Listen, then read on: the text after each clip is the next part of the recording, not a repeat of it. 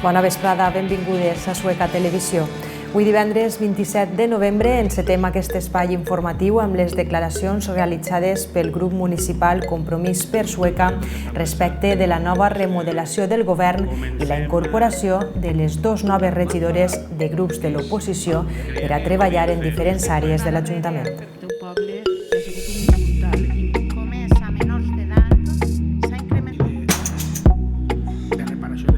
I continuarem contant-los com es preveu la temporada de tirades que arranca esta nit.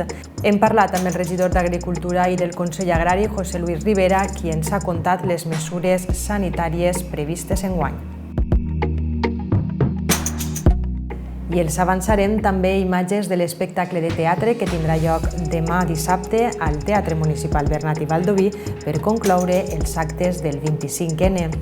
Es tracta de l'obra La clau de la companyia d'Algemesí Malatesta Teatre i que recull testimonis reals de dones que han patit maltractes.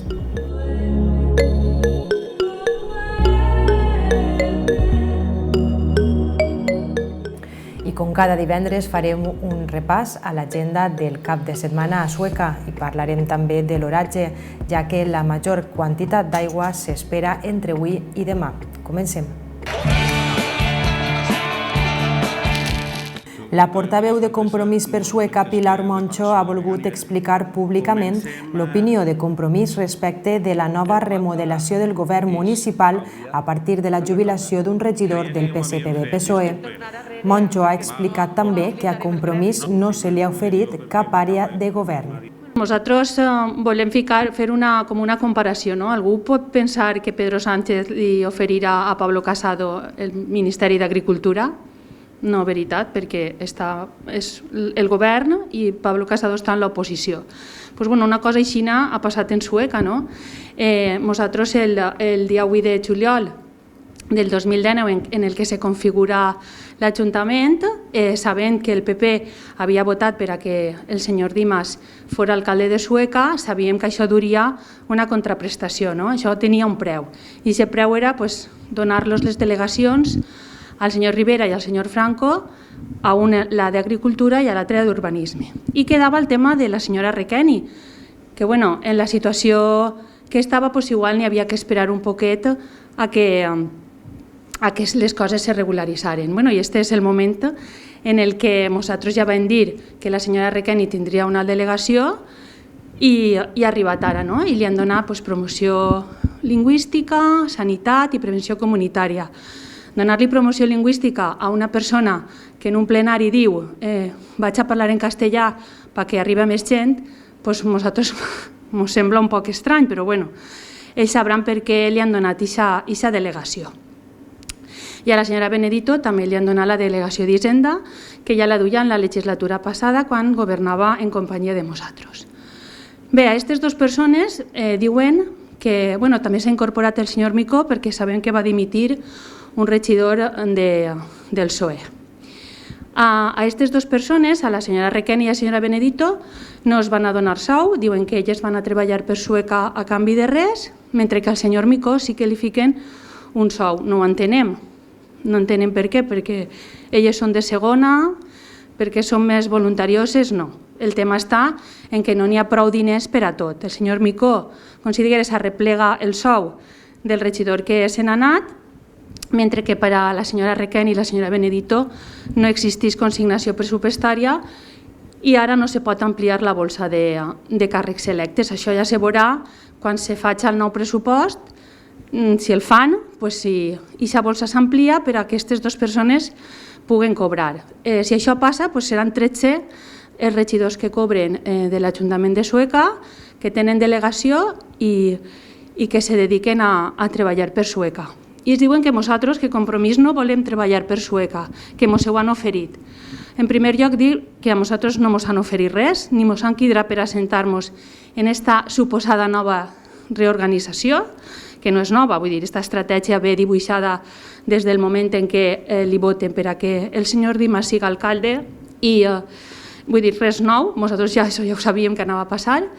No ens han cridat mai per a oferir-nos ninguna regidoria, però penseu que aquesta estratègia té una doble vessant.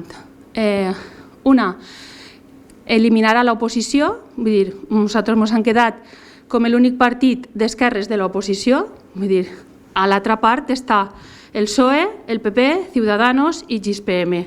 Vull dir, si li dones una delegació a una persona, a un regidor, i està a l'oposició, estàs desviant, com si digueres, la crítica cap a l'oposició. No, és que això ho du el meu company, que ell és del PP o que ell és de Ciudadanos. No és una cosa meua, o és del GIS-PM.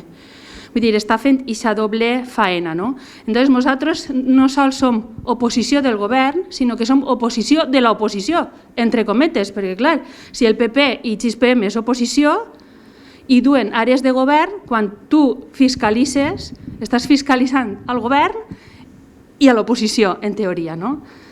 No és veritat, vull dir, penseu, no té lògica, no té lògica, tots són l'equip de govern, en teoria. El que passa és que ells, per un tema de partit i d'ideologies, no poden dir que ells governen en companyia del PP, perquè ja estan amenaçats d'una expulsió del partit i també, vull dir, en aquestes sigles, atrevir-se a dir que Compromís no vol treballar pel poble de Sueca, vull dir, és que el PSOE ja podia haver fet el que va dir que havia de fer, que és expulsar a aquestes persones del seu partit.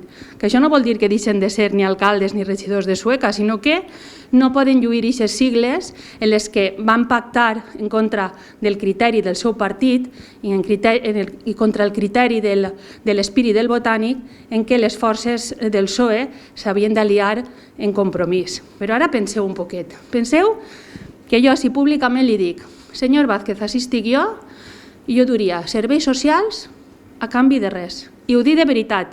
Vull dir, si vol que em quidre, que el meu telèfon el té. Però en quina situació me quedé jo? Ara què soc? Si jo duc una àrea con serveis socials.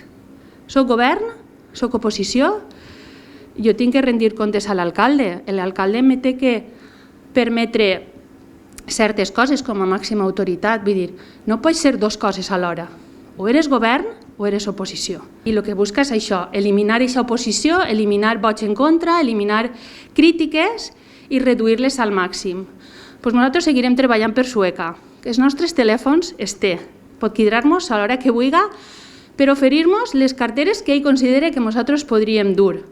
Jo he dut serveis municipals, serveis socials, vull dir, jo he dut moltes coses a l'Ajuntament de Sueca i continue estant al servei del poble, ara com a oposició, perquè així ho decidiren ells el dia que pactaren en Ciudadanos i en el PP. Vull dir, i ens deixaren a nosaltres fora, sent el partit més votat. Però continuem treballant per Sueca en el paper que ells han volgut que nosaltres fèrem, no el poble de Sueca. El poble de Sueca va decidir que nosaltres vam ser els guanyadors i per això traguérem la quantitat més gran de vots. I el segon va ser el PSOE, però bueno, ells ja feren aquest trueque per aconseguir l'alcaldia, aconseguir el govern i ara aconseguir comprar les voluntats de les persones. Com és tradicional, l'últim cap de setmana del mes de novembre es donarà inici a la primera tirada. Enguany, amb la pandèmia, s'han d'aplicar les mesures restrictives corresponents per tal d'evitar la propagació del virus. El regidor d'Agricultura i del Consell Agrari Municipal, José Luis Rivera, ha anunciat que a Sueca estan preparats per començar de manera segura. Enguany la novetat és el que ens afecta, que és la pandèmia, que és el tema del Covid-19. Tot se va fer segons la normativa que marca Covid, quan dic tot és absolutament tot. Els caçadors en el seu moment, el dia de la subhasta, que accedien a replaça, firmaren un compromís de complir la normativa, saber que van a respectar-la.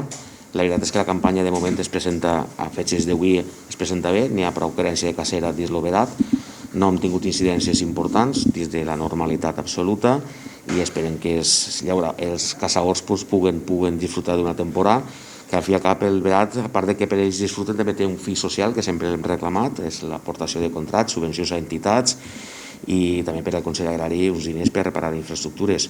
Si seguim en aquesta línia, penso que el vedat va a poc a poc consolidant-se cada dia més. Havíem passat uns anys de a la baixa, ara porta una tendència al contrari i esperem que sigui així. El regidor ha insistit en remarcar que el col·lectiu de caçadors està advertit i coneix tota la normativa que també seguirà el mateix reservat, sense excepció, per tal de poder realitzar l'activitat cinegètica de manera segura, igual que fem amb altres activitats i actes socials. S'han demanat que per favor que la normativa Covid es complisca. Hem de complir-la tots, el reservat també va complir la normativa Covid, hem dotat de totes les mesures de seguretat i tampoc podem paralitzar una societat, igual que no es para en altres àmbits, com no es para l'hostaleria, no es para altre tipus d'activitats esportives, doncs això tampoc va parar-se. I va portar-se, conforme s'ha portat sempre, però cenyim-nos tots, insistís tots, a la normativa Covid. Després de la primera tirada tindran lloc les 8 tirades consecutives següents abans de la setmana de Càvila.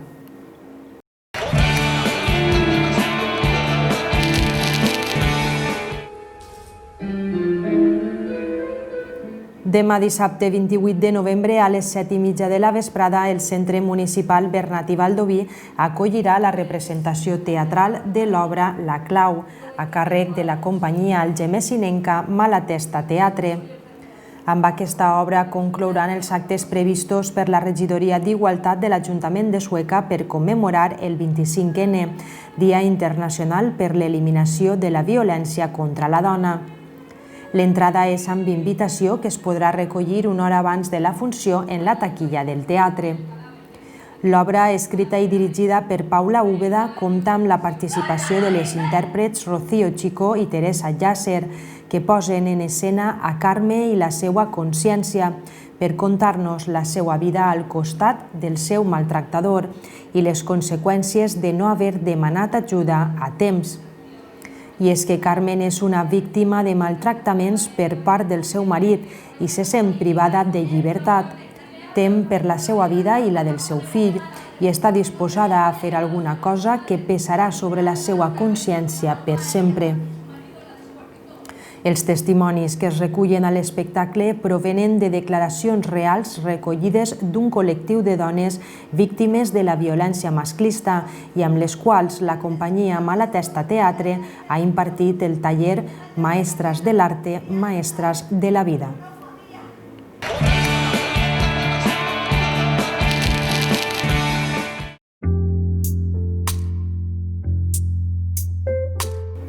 Parlem ara de l'oratge. Tenim els ingredients perfectes perquè les pròximes hores siguen molt plujoses. D'un costat, el llevant bufa cada volta més fort i amb més recorregut sobre la mar, deixant-la més alterada i aportant humitat als núvols. D'altre costat, tenim en altura un embossament d'aire fred, una dana, que s'encarrega d'aportar inestabilitat a l'atmosfera. Per altra banda, hem de tindre en compte qüestions geogràfiques com el relleu del territori valencià i el fet que la massa d'aire que ens arriba ha passat ja pel nord d'Àfrica arribant seca i càlida al Mediterrani, d'on agafa molta humitat. Aquests són els principals factors que integren una gota freda i que cal esperar que deixi pluges importants i generals a bona part de la comunitat. L'Agència Estatal de Meteorologia AEMET ha establert l'alerta taronja per pluges que poden deixar 30 litres en apenas una hora. Al sud, l'avís és groc. Demà dissabte el dia començarà gris i plujós, però amb el pas de les hores i sobretot a partir de la vesprada començaran a obrir-se clars pel nord i el sud. A la costa i sobretot al litoral del sud de València i del nord d'Alacant, les pluges poden durar bona part de la jornada i localment encara pot ploure amb intensitat moderada o forta. Diumenge serà el sol qui predomini a la major part de la comunitat, tret del sud de València i del nord d'Alacant, on encara podrà ploure. L'inici de la setmana que ve no acaba de fer net, perquè dilluns augmentarà la nuvolositat a partir de migdia i durant la vesprada, portant pluges al sud, i el dimarts serà més probable que ploga en punts de la costa.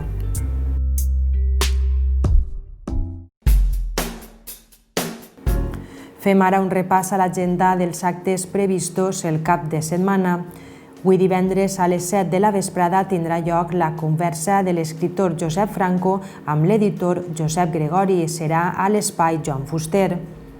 Demà dissabte a les 7:30 de la vesprada, el Centre Municipal Bernat i Baldoví acollirà l'espectacle La Clau, a càrrec de la companyia d'Algemesí Malatesta Teatre. Aquesta obra conclou els actes realitzats per commemorar el Dia Internacional de l'Eliminació de la Violència contra la Dona. L'entrada és amb invitació que es podrà recollir una hora abans de començar la funció en la taquilla del teatre. I diumenge a les 7 de la vesprada, el Centre Municipal Bernat i Baldoví acollirà el concert del cantautor de Xàtiva Feliu Ventura, que presentarà a Sueca el seu darrer disc en solitari, Convocatòria. Les entrades costen 3 euros i es poden adquirir de manera anticipada en Noticumi i també en la taquilla del teatre una hora abans de començar el concert. Això ha sigut tot per avui. Els esperem de nou dilluns. Que passen molt bon cap de setmana. Adéu.